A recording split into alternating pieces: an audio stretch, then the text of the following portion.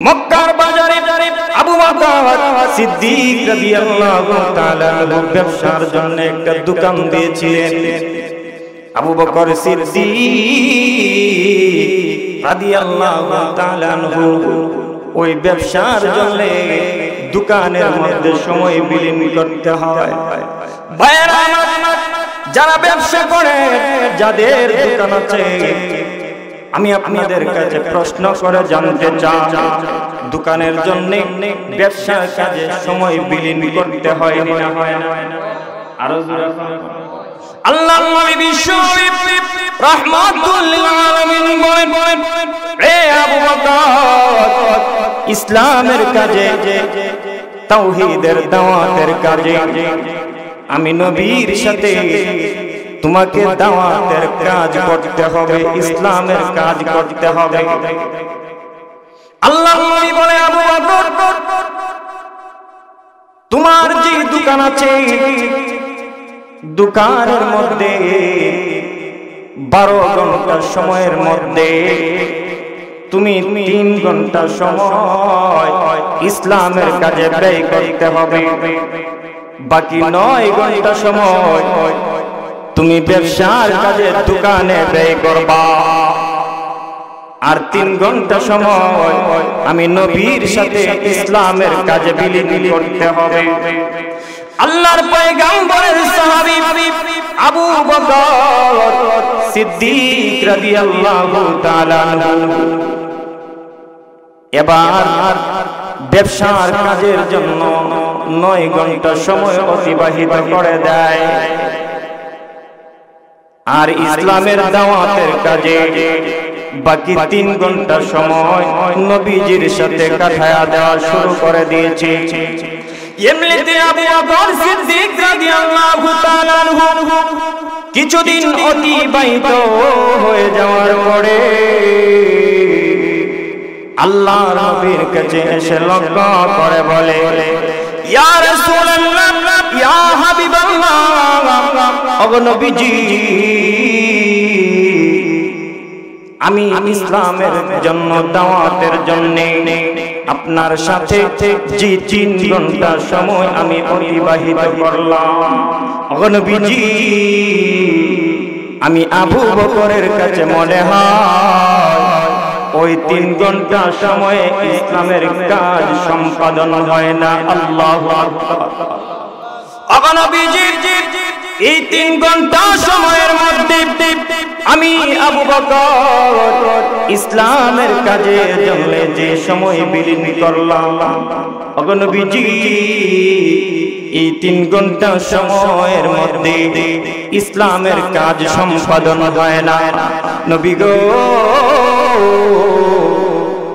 আমার ব্যবসার সময় থেকে আরো কিছু সময় বের করে আমাকে ইসলামের কাজে বিলীন করতে হবে। জোরে করুন সুবহানাল্লাহ।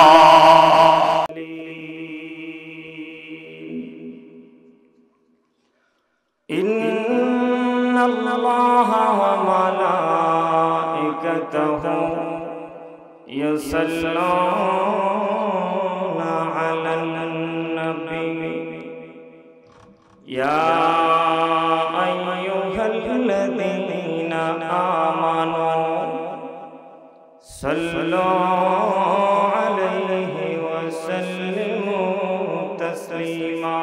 সাল্লাল্লাহু আলা সাইয়্যিদিনা ওয়া মাওলানা মুহাম্মদ ওয়া আলা আলিহি ওয়া আসহাবিহি ওয়া সাল্লাম।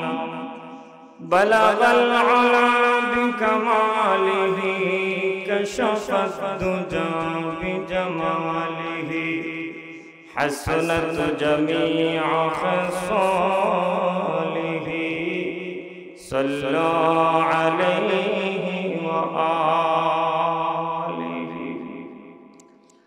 কৌনান কা মুখতার খুদা তুমকো বানায়া, कौनान का मुख्तार खुदा तुमको बनाया, उम्मत के निगहबान खुदा तुमको बनाया, उम्मत के निगहबान खुदा तुमको बनाया। या रब मेरे आँखों में समा जाए मदीना, या रब मेरे आँखों में समा जाए मदीना। मुद्दत से मेरे दिल में तमन्नाए मदीना, मुद्दत से मेरे दिल में तमन्नाए मदीना। तलवार बकट हो के निकल मैदान असीर, तलवार बकट हो के निकल मैदान असीर। दुश्मन के मुकाबिल तो लगाना नारे तकबीर, बेईमान के मुकाबिल तो लगा नारे तकबीर।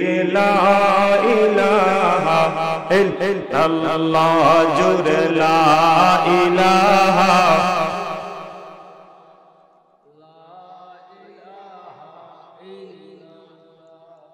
ला इलाहा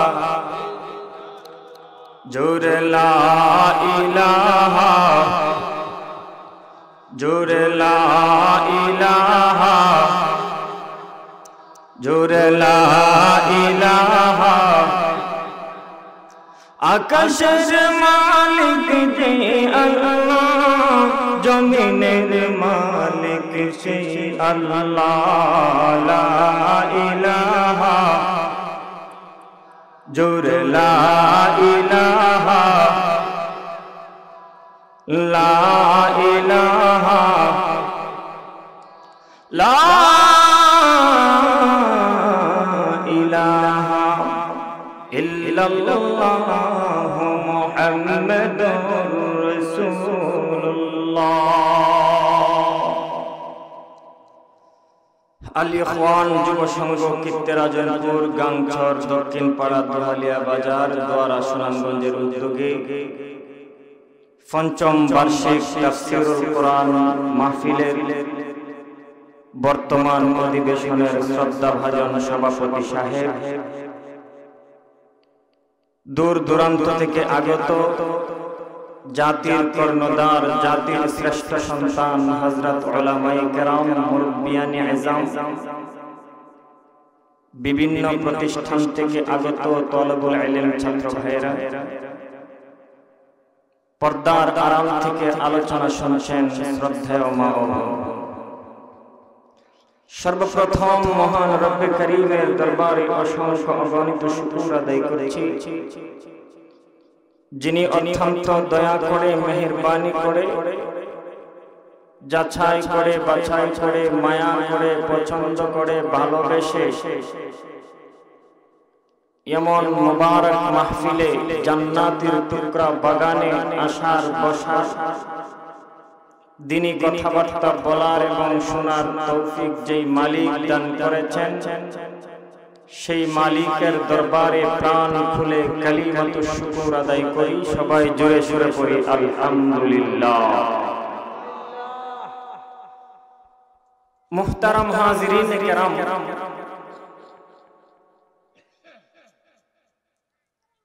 আমাদের এই যে গাংছরের মধ্যে যে সমস্ত মুষ্টিময় মানুষ আপনারা বসে আছেন, এই সমস্ত এলাকার মধ্যে শুধুমাত্র মানুষ কি আপনারাই না আরো আছে? আরো জোরে খাওয়া। কিন্তু সকলেই এই মুবারক মাহফিলে আসতে পারে নাই, বসতে পারে নাই। আর আমার গাংচরের মুসল্লিরা মনে মনে ভাবতেছে, উনি তো আমাদের ইমাম সাহেবই, প্রতি জুমাবারে তো ওনার আলোচনা শুনি, সুতরাং ঠান্ডার মধ্যে মাহফিলে গিয়ে আলোচনা শোনার কোনো প্রয়োজন নাই। এই জন্য আমার মহল্লার লোকেরা আসতেছে না, মুসল্লিরা আসতেছে। তো মুহতারাম হাজিরিনে কেরাম, এই জন্য যারা আশেপাশে ঘোরাফেরা করতেছেন, রাস্তাঘাটে আছেন, বাড়ি ঘরের মধ্যে আছেন, মাইকের আওয়াজ যতটুকু পর্যন্ত যাচ্ছে, আমি আপনাদের সবাইকে আহ্বান করব, দয়া করে প্যান্ডেলের নিচে এসে বসে বসে। মুহতারাম হাজিরিনে কেরাম, আমরা যে এই জান্নাতের টুকরা বাগানে আসতে পেরেছি, বসতে পেরেছি, সেই জন্য আপনারা খুশি না বেজার? আরো জোরে বলুন। এই জন্য খুশির আওয়াজ যেভাবে বোঝা যায়, খুশি প্রকাশিত হয় এমন একটা আওয়াজের মাধ্যমে, যে রব্বুল আলামিন আপনাকে আমাকে এত সমস্ত মানুষ থেকে মায়া করে, পছন্দ করে, ভালোবেসে এমন মুবারক মাহফিলে বসার, আলোচনা শোনার তৌফিক যিনি দান করেছেন, মালিকের দরবারে কালিমাতুল শুকর আদায় করে সবাই পড়ি আলহামদুলিল্লাহ। মুহতারাম হাজিরিনে কেরাম, যখন কোনো বান্দা আলহামদুলিল্লাহ শব্দ উচ্চারণ করে এবং সুবহানাল্লাহ শব্দ উচ্চারণ করে, যে বান্দা আলহামদুলিল্লাহ এবং সুবহানাল্লাহ শব্দ উচ্চারণ করলো, ওই বান্দার অনেকগুলো লাভ হয়। জোরে বলেন, কি হয়? লাভ হয়। কোন বান্দা যখন সুবহানাল্লাহ শব্দ উচ্চারণ করে, সুবহান শব্দের অর্থ হলো পবিত্র, আর সুবহানাল্লাহ এই দুই শব্দের সমন্বয়ে অর্থ দাঁড়ায় আল্লাহ পবিত্র। সুতরাং কোন বান্দা যখন আল্লাহকে পবিত্র বলে, আল্লাহ রাব্বুল আলামিন ডেকে ডেকে বলে, বান্দা তুমি আমাকে পবিত্র বললেও আমি আল্লাহ পবিত্র। তুমি যখন পৃথিবীর জমিনে ছিলা না, তখনও আমি আল্লাহ পবিত্র অবস্থায় ছিলাম। তুমি যখন দুনিয়াতে থাকবা না, তখনও আমি আল্লাহ পবিত্র অবস্থায় থাকব। সুতরাং তুমি আমাকে পবিত্র বললেও আমি আল্লাহর কোনো লাভ নাই, আর তোমরা যদি আমি আল্লাহকে পবিত্র না বলো, তখনও আমি আল্লাহর কোনো ক্ষতি নাই। সুতরাং বান্দা শুনে নাও, এর পরেও যদি তুমি আমি আল্লাহর নামের পবিত্রতা বর্ণনা করো, আমি আল্লাহ রাব্বুল আলামিন খুশি হয়ে তোমাদের কলবের মধ্যে গুনাহ নামক যে ময়লা এবং আবর্জনা আছে, আমি আল্লাহ তোমাদের অন্তর থেকে, কলব থেকে গুনাহ নামক ময়লাগুলোকে আমি আল্লাহ পবিত্র বানায়া দেব। জোরে বলেন সুবহানাল্লাহ। তাহলে লাভ আছে না? আর জোরে বলেন। আমার ভাই ভাইরা, আমি আপনাদের সামনে পবিত্র কোরআনুল কারীম থেকে 30 নম্বর পারা ছোট্ট একটা সূরা তেলাওয়াত করেছি। যদি আল্লাহ রাব্বুল আলামিন আমাকে তৌফিক দান করেন, এই সূরাটাকে সামনে নিয়ে সূরার আলোকে সংক্ষিপ্ত আকারে কিছু আলোচনা করার চেষ্টা করব। সর্বপ্রথম মহান রব্বুল আলামিন যেন আপনাকে আমাকে, আমি যে কথাগুলো বলবো ওই কথাগুলো যেন ইখলাসের নিয়তে বলতে পারি, এবং আপনারা যেন আমলের নিয়তে শুনতে পারেন। আল্লাহ আমাদের সবাইকে তৌফিক দান করুন। সবাই বলেন আমিন। মুহতারাম হাজিরিনে কেরাম, পবিত্র কোরআনুল কারীমের 30 নম্বর পারার যে সূরা, সূরা আসাস, সূরাটা যদিও ছোট্ট, কিন্তু এই সূরাটার পাওয়ার আছে। আর জোরে বলে, এই সূরাটার পাওয়ার কেমন? রাইসুল মুফাসসিরিন আব্দুল্লাহ ইবনে আব্বাস রাদিয়াল্লাহু তাআলা বলেন, আল্লাহ রাব্বুল আলামিন যদি চাইতেন পবিত্র কোরআনের কোনো আয়াত অথবা কোনো সূরা আল্লাহ নাযিল না করবেন, এবং শুধুমাত্র এই সূরা আসাস আল্লাহ রাব্বুল আলামিন দুনিয়ার মানুষদেরকে চিরমুক্তি এবং চির শান্তির পথ দেখানোর জন্য শুধুমাত্র সূরা আসর নাযিল করবেন, তখন ওই সূরা আসরই শুধুমাত্র গোটা পৃথিবীর মানুষদেরকে চির শান্তি এবং চির মুক্তির পথ দেখানোর জন্য যথেষ্ট হয়ে যাবে। জোরে কোন সুবহানাল্লাহ। তাহলে পাওয়ার আছে না? পবিত্র কোরআনুল কারীমের কোন আয়াত এবং কোন সূরা নাযিল করার প্রয়োজন নাই। এই সূরা আসরের মধ্যে যদি কোন ঈমানদার মুমিন আমল করতে পারে, ওই সূরা আসরের উপর আমল করলেই ওই মানুষটা জান্নাতে যাওয়ার রাস্তা খুঁজে পাবে। চিল্লায়ে বলেন সুবহানাল্লাহ। মুহতারাম হাজিরিনে কেরাম, আল্লাহ রাব্বুল আলামিন পবিত্র কোরআনুল কারীমের মধ্যে যে সমস্ত আয়াত এবং সূরা নাযিল করেছেন, এই আয়াত এবং সূরাকে আল্লাহ রাব্বুল আলামিন ডাইরেক্টলি নাযিল করেন নাই, ডাইরেক্টলি একসাথে আল্লাহ নাযিল করেন নাই, বরঞ্চ খণ্ড খণ্ড করে একটু একটু করে দীর্ঘ 23 বছরে আল্লাহ রাব্বুল আলামিন আমাদের নবী, নবিকুল সম্রাট, নবী সূর্য মুহাম্মদুর রাসূলুল্লাহ সাল্লাল্লাহু আলাইহি ওয়াসাল্লামের উপর অবতীর্ণ করেছেন। কথা বুঝে থাকলে বলুন, আল্লাহ রাব্বুল আলামিন পবিত্র কোরআনুল কারীমের সমস্ত সূরা এবং আয়াত কি একসাথে নাযিল করেছেন, নাকি খণ্ড খণ্ড করে একটু একটু করে প্রয়োজন মোতাবেক নাযিল করেছেন? খণ্ড খণ্ড করে প্রয়োজন মোতাবেক নাযিল করেছেন। যে আয়াতটাকে আল্লাহ রাব্বুল আলামিন নাযিল করেছেন, ওই আয়াত আল্লাহ রাব্বুল আলামিন কোন একটা প্রেক্ষাপট, কোন একটা কারণকে সামনে নিয়ে আল্লাহ নাযিল করেছেন। অনেক সময় আল্লাহ রাব্বুল আলামিন আয়াত এবং সূরা নাযিল করেছেন নবীজি মুহাম্মদুর রাসূলুল্লাহ সাল্লাল্লাহু আলাইহি ওয়াসাল্লামকে সান্ত্বনা দেওয়ার জন্য। মক্কার বেঈমান কাফিরের মুশরিকের দলেরা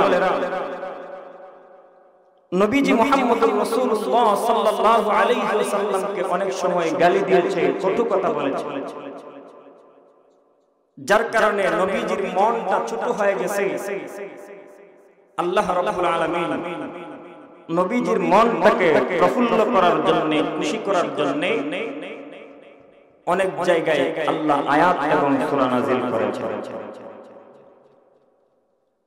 অনেক সময় মক্কার বেঈমানের বাচ্চারা নবীজি মুহাম্মদুর রাসূলুল্লাহ সাল্লাল্লাহু আলাইহি ওয়াসাল্লামকে কঠিন থেকে কঠিন প্রশ্ন করেছে। আল্লাহ রাব্বুল আলামিন নবীজির প্রশ্নের জবাব দিতে গিয়ে অনেক জায়গায় আয়াত এবং সূরা নাযিল করেছেন। তাহলে আমি আপনাদের সামনে যে সূরা আসর তেলাওয়াত করেছি, এই সূরা আসরের তো নাযিল হওয়ার একটা কারণ আছে না নাই? যখন যে কারণে, যে প্রেক্ষাপটটাকে সামনে নিয়ে আল্লাহ আয়াত এবং সূরা নাযিল করেছেন, এটাকে মুফাসসিরিনে কেরামদের পরিভাষায় সববে নুজুল বা শানে নুজুল বলা হয়। তাহলে আমি আপনাদের সামনে যে সূরাটা তেলাওয়াত করেছি সূরা আসর, এই সূরারও একটা শানে নুজুল বা নাযিল হওয়ার প্রেক্ষাপট বা কারণ রয়েছে। সেটা হলো ইসলামের প্রাথমিক যুগে নবীজি মুহাম্মদুর রাসূলুল্লাহ সাল্লাল্লাহু আলাইহি ওয়াসাল্লামের উপর যখন আল্লাহ আদেশ জারি করে দিলেন এবং নবুয়ত দান করে দিলেন, আল্লাহ আদেশ করলেন, নবী আপনি একাত্মবাদের দাওয়াত মানুষের কাছে পৌঁছায় দিন। আল্লাহর নবী বিশ্ব নবী মুহাম্মদুর রাসূলুল্লাহ সাল্লাল্লাহু আলাইহি ওয়াসাল্লাম যখন দ্বীনের দাওয়াত প্রচার প্রসার করা শুরু করলেন,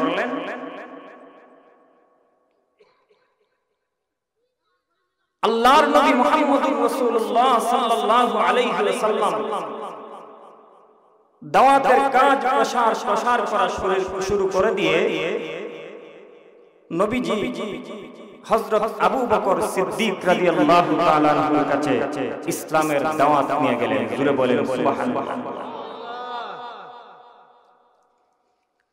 আল্লাহর নবী বিশ্বনবী রাহমাতুল লিল আলামিন কালেমার দাওয়াত দেওয়ার জন্য আবু বকর সিদ্দিক রাদিয়াল্লাহু তাআলা আনহুর কাছে গেলেন। আল্লাহর নবী বিশ্বনবী রাহমাতুল লিল আলামিন আবু বকর সিদ্দিক রাদিয়াল্লাহু তাআলা আনহুর কাছে গিয়ে বলে, আবু বকর, তুমি তো আমার বাল্যকালের সাথী। রে আবু বকর, তুমি তো আমার ছোটবেলার সাথী। আবু বকর, আল্লাহ রাব্বুল আলামিন আমাকে নবুয়তি দান করেছেন। রে আবু বকর, আল্লাহ আমাকে নবী বানায় পৃথিবীর জমিনে প্রেরণ করেছেন। হে আবু বকর, এই মুহূর্তে তুমি আমি মুহাম্মাদের উপর ঈমান আনয়ন করো। আবু বকর রে, এই মুহূর্তে তুমি পড়ো লা ইলাহা ইল্লাল্লাহু মুহাম্মাদুর রাসূলুল্লাহ। আল্লাহর নবী বিশ্বনবী রাহমাতুল লিল আলামিন আবু বকরের সামনে যখন এই কথাটা উপস্থাপন করেছে, আবু বকর বলে, আবু মুহাম্মদ, তুমি আমার বাল্যকালের সাথী, তুমি আমার ছোটবেলার সাথী। আবু মুহাম্মদ, তোমাকে জীবনে কোনোদিন মিথ্যা কথা বলতে শুনি নাই, তোমাকে কোনোদিন মিথ্যা বলতে শুনি নাই। সুতরাং মুহাম্মদ, এই মুহূর্তে তোমার মধ্যে যে কথাটা বের হয়েছে, আগে মুহাম্মদ, আসমান জমিন সব মিথ্যা হয়ে যেতে পারে। মুহাম্মদ, তুমি যে কথাটা বলেছ ওই কথা কোনদিন মিথ্যা হতে পারে না।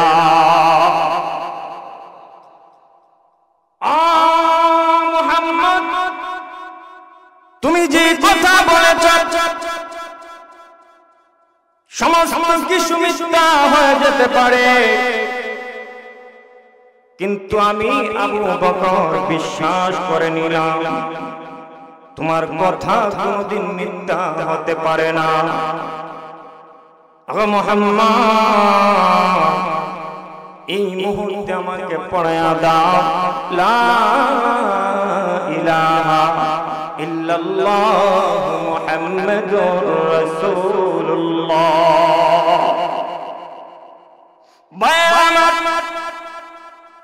আবু বকর সিদ্দিক রাদিয়াল্লাহু তাআলা আনহু এবারে কালিমা পড়ে মুসলমান হয়ে গেল। আবু বকর সিদ্দিক রাদিয়াল্লাহু তাআলা আনহু বড় ধনাঢ্য একজন মানুষ ছিলেন। আবু বকর সিদ্দিক রাদিয়াল্লাহু তাআলা আনহু যখন মুসলমান হয়ে গেলেন, তদানীন্তন সময়ে হযরত আবু বকর 40,000 স্বর্ণ মুদ্রার মালিক ছিলেন। জোরে কন্যা সুবহানাল্লাহ। বর্তমান সময়ে এটাকে হিসাব করলে হযরত আবু বকর 40,000 কোটি টাকার মালিক ছিলেন। জোরে বলেন না সুবহানাল্লাহ। আবু বকর সিদ্দিক রাদিয়াল্লাহু তাআলা আনহু মুসলমান হয়ে যাওয়ার পরে আবু বকর সিদ্দিক রাদিয়াল্লাহু তাআলা আনহু ইসলামের জন্য কোরআনের খেদমতে আস্তে আস্তে করে এত সমস্ত টাকা পয়সা এবং সম্পদ ইসলামের জন্য বিলীন করে দিয়েছে। জুড়ে বলেন আল্লাহু আকবার।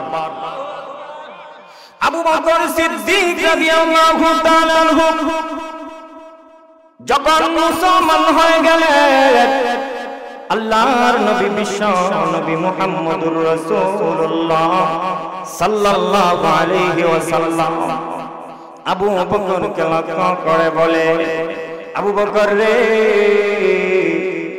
এই মুহূর্তে তুমি মুসলমান হয়ে গিয়েছো। এ আবু বকর, শুধু মুসলমান হলেই চলবে না, ইসলামের দাওয়াতের কাজে আমার সাথে তোমাকে সময় ব্যয় করতে হবে।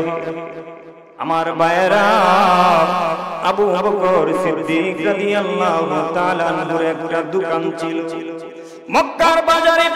আবু বকর সিদ্দিক রাদিয়াল্লাহু তাআলা আনহু ব্যবসার জন্য একটা দোকান দিয়েছিলেন। আবু বকর সিদ্দিক রাদিয়াল্লাহু তাআলা আনহু ওই ব্যবসার জন্য দোকানের মধ্যে সময় বিলীন করতে হয়। ভাইরা আমার, যারা ব্যবসা করে, যাদের দোকান আছে, আমি আপনাদের কাছে প্রশ্ন করে জানতে চাই, দোকানের জন্য ব্যবসার কাজে সময় বিলীন করতে হয় না হয় না? আরো জোরে আল্লাহর নবী বিশ্বনবী রাহমাতুল লিল আলামিন বলেন, হে আবু বকর, ইসলামের কাজে, তাওহীদের দাওয়াতের কাজে আমি নবীর সাথে তোমাকে দাওয়াতের কাজ করতে হবে, ইসলামের কাজ করতে হবে। আল্লাহর নবী বলে, আবু বকর, তোমার যে দোকান আছে, দোকানের মধ্যে 12 ঘন্টা সময়ের মধ্যে তুমি 3 ঘন্টা সময় ইসলামের কাজে ব্যয় করতে হবে। বাকি 9 ঘন্টা সময় তুমি ব্যবসার কাজে দোকানে ব্যয় করবা, আর 3 ঘন্টা সময় আমি নবীর সাথে ইসলামের কাজে বিলীন করতে হবে। আল্লাহর পয়গম্বরের সাহাবী আবু বকর সিদ্দিক রাদিয়াল্লাহু তাআলা আনহু এবার ব্যবসার কাজের জন্য 9 ঘন্টা সময় অতিবাহিত করে দেয়, আর ইসলামের দাওয়াতের কাজে বাকি 3 ঘন্টা সময় নবীজির সাথে কাটায়া দেওয়া শুরু করে দিয়েছে। এমনিতে আবু বকর সিদ্দিক রাদিয়াল্লাহু তাআলা আনহু কিছুদিন অতিবাহিত হয়ে যাওয়ার পরে আল্লাহর নবীর কাছে এসে লক্ষ্য করে বলে, ইয়া রাসূলুল্লাহ, ইয়া হাবিবাল্লাহ, ওগো নবীজি, আমি ইসলামের জন্য দাওয়াতের জন্য আপনার সাথে যে 3 ঘন্টা সময় আমি অতিবাহিত করলাম, ওগো নবীজি,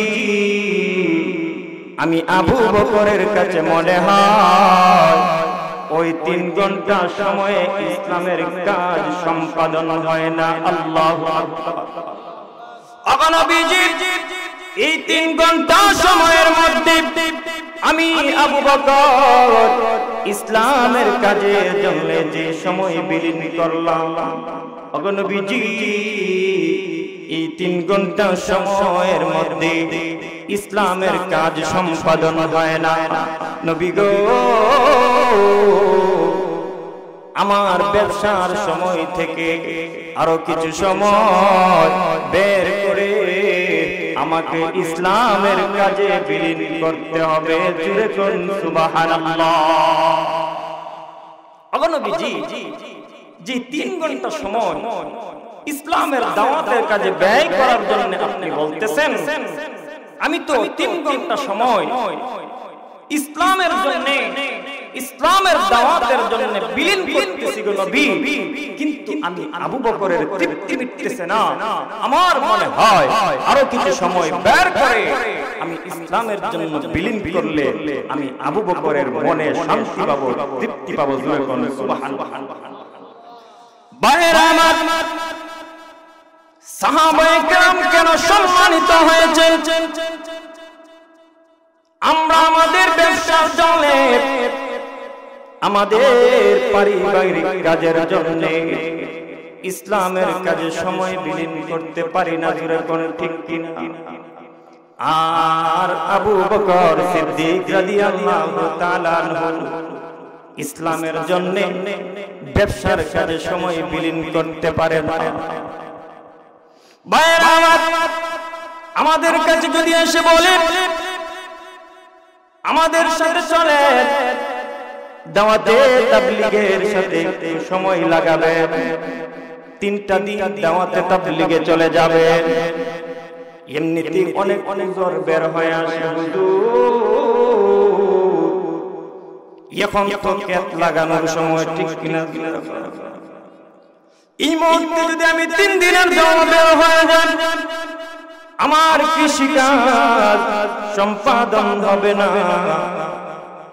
আমার ব্যবসা ধূলিসাৎ হয়ে যাবে। সুতরাং হুজুর আমাকে মাফ করে, আমি দাওয়াতে তাবলীগের কাজে যেতে পারবো না, দিনের দাওয়াতের কাজে যেতে পারবো না। আবু বকর সিদ্দিক রাদিয়াল্লাহু তাআলা এবারে 12 ঘন্টা সময়কে 2 ভাগ করে ফেললেন। জোরে বলেন কয়বার? 12 ঘন্টা সময়কে আবু বকর সিদ্দিক রাদিয়াল্লাহু তাআলা 2টা ভাগ করলেন। নবীজির কাছে এসে বলে, ওগো নবীজি, এই মুহূর্তে আমি 12 ঘন্টা সময়কে 2 ভাগ করে 6 ঘন্টা সময় আমি ব্যবসার জন্য বিলীন করে দিব। নবী গো, বাকি 6 ঘন্টা সময় ইসলামের দাওয়াতের কাজে আমি আবু বকর আপনার সাথে বিলীন করব। আল্লাহর পয়গম্বরের সাহাবী আবু বকর সিদ্দিক রাদিয়াল্লাহু তাআলা এবারে 6 ঘন্টা সময় ব্যবসার কাজের মধ্যে বিলীন করা দেওয়া শুরু করে দিয়েছে। বাকি 6 ঘন্টা সময় নবীজির সাথে দাওয়াতের কাজে বিলীন করে দেয়। ভাইরা আমার, এমনিতেই আবু বকর সিদ্দিক রাদিয়াল্লাহু তাআলা কিছুদিন এইভাবে চালায়া গেলেন। এমনিতে হঠাৎ করে আবার চিন্তা শুরু করে দিয়েছে, আমি যেইটুকু সময় ইসলামের কাজে বিলীন করতেছি, ওই সময়ের মধ্যে ইসলামের দাওয়াতের কাজ সম্পাদন হয় না। আমার মনে হয় আরো কিছু সময় আমার ব্যবসার কাজ থেকে বের করে ইসলামের দাওয়াতের কাজে বিলীন। এই মুহূর্তে আমি আবু বকর নিয়ত করেছি, আমি আর ব্যবসা করব না, আমি দোকান বিক্রি করে দেব। জোরে বলেন না আল্লাহু আকবার। আল্লাহর পয়গম্বরের সাহাবী আবু বকর সিদ্দিক রাদিয়াল্লাহু তাআলা এবারে দোকান বিক্রি করে দেওয়ার জন্য নিয়ত করেছে। আবু বকর সিদ্দিক রাদিয়াল্লাহু তাআলা এবারে দোকান বিক্রি করে দিয়ে ইসলামের কাজের জন্য সমস্ত দিন ইসলামের কাজে বিলীন করা শুরু করে দিয়েছে। এই মুহূর্তে মক্কার ব্যবসায়ীরা বলে, আবু বকর, যেদিন থেকে তুমি মুহাম্মদের দরবারে আসা যাওয়া করো, যেদিন থেকে তুমি মুহাম্মদের ধর্মাবলম্বী হয়ে গিয়েছো, সেদিন থেকে আমি দেখতে পাই তুমি ক্ষতিগ্রস্ত হয়ে গিয়েছো। তুমি ব্যবসা ছেড়ে দিয়েছো, মুহাম্মাদের ধর্ম গ্রহণ করে তুমি ক্ষতিগ্রস্ত হয়ে গিয়েছো। এমনিতে আবু বকর সিদ্দিক রাদিয়াল্লাহু তাআলা আনহু নবীজির কাছে এসে বলে, ওগো নবীজি, মক্কার বাজারের ব্যবসায়ীরা আমাকে বলেছে আমি আবু বকর ইসলাম কবুল করে আমি আবু বকর নাকি ক্ষতিগ্রস্ত হয়ে গিয়েছি। ওগো নবীজি, মক্কার বাজারের ব্যবসায়ীরা লক্ষ্য করে আমাকে বলে আবু বকর মুহাম্মাদের ধর্মাবলম্বী হয়ে তুমি ক্ষতিগ্রস্ত হয়ে গিয়েছো। ওগো নবীজি, আমি আপনার কাছ থেকে শুনতে চাই, আমি ইসলাম কবুল করে আমার সম্পদ সবকিছু ইসলামের জন্য বিলীন করে দিয়ে আমি আবু বকরকে ক্ষতিগ্রস্ত হয়েছি নাকি লাভবান হয়েছি? আমার বাইরে নীতি আল্লাহ রাব্বুল আলামিন জিবরাইলকে লক্ষ্য করে বলে, জিবরাইল, এই মুহূর্তে তুমি যাও আমার বন্ধুর কাছে সূরা আসর নিয়ে চলে যাও। জোরে বলেন না সুবহানাল্লাহ। আল্লাহ রাব্বুল আলামিন বলেন, ওয়াল আসর ইন্নাল ইনসানা লাফি খুসর। আল্লাহ রাব্বুল আলামিন আসরের কসম করে বলেন, আসরের কসম, সময়ের কসম করে আমি আল্লাহ বললাম, ওগো নবীজি, আপনার সাহাবী আবু বকরকে জানায়া দেন। আল্লাহ রাব্বুল আলামিন আসরের কসম করে বলেন, ইন্নাল ইনসানা লাফি খুসর। নিশ্চয় নিশ্চয় পৃথিবীর সমস্ত মানুষ ক্ষতিগ্রস্তের মধ্যে রয়েছে, পৃথিবীর সমস্ত মানুষ ক্ষতিগ্রস্তের মধ্যে রয়েছে। ওগো নবী, আপনি আবু বকরকে জানায়া দেন, ইল্লাল্লাযীনা আমানু।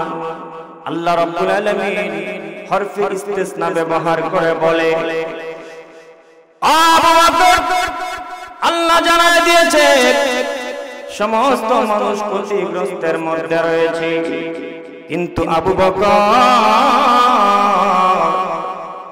যারা ঈমান আনয়ন করেছে এবং নেক আমল করেছে, নিজে আমল করেছে, অপরকে আমলের দাওয়াত দিয়েছে। রে আবু বকর, এবং নিজে সবর করেছে, অন্যকে সবরের জন্য দাওয়াত দিয়েছে। আবু বকর ওই চার গুণ বিশিষ্ট মানুষ, তারা ক্ষতিগ্রস্ত নয়, তারা হলো দুনিয়ার বুকে লাভবান। রে আবু বকর, শুধুমাত্র এই যে আমি আয়াত নাজিল করে দিলাম, শুধুমাত্র তুমি লাভবান হয়েছো তা নয়, কিয়ামত পর্যন্ত যে সমস্ত মানুষের কাছে ওই চারটা গুণ থাকবে, তারা ক্ষতিগ্রস্ত নয়, তারা হলো লাভবান। আর যাদের কাছে ওই চারটা গুণ থাকবে না, তারা হলো সবচাইতে বড় ক্ষতিগ্রস্ত। মুহতারাম হাজিরিন, সময় শেষ হয়ে গেছে, বিস্তারিত আলোচনা করতে পারলাম না। আল্লাহ রাব্বুল আলামিন যতটুকু আমল করেছি, যতটুকু আলোচনা করেছি, আল্লাহ রাব্বুল আলামিন যেন আমাদের সবাইকে আমল করার তৌফিক দান করেন। সকলে বলুন আমিন। ওয়া আখির দাওয়ানা।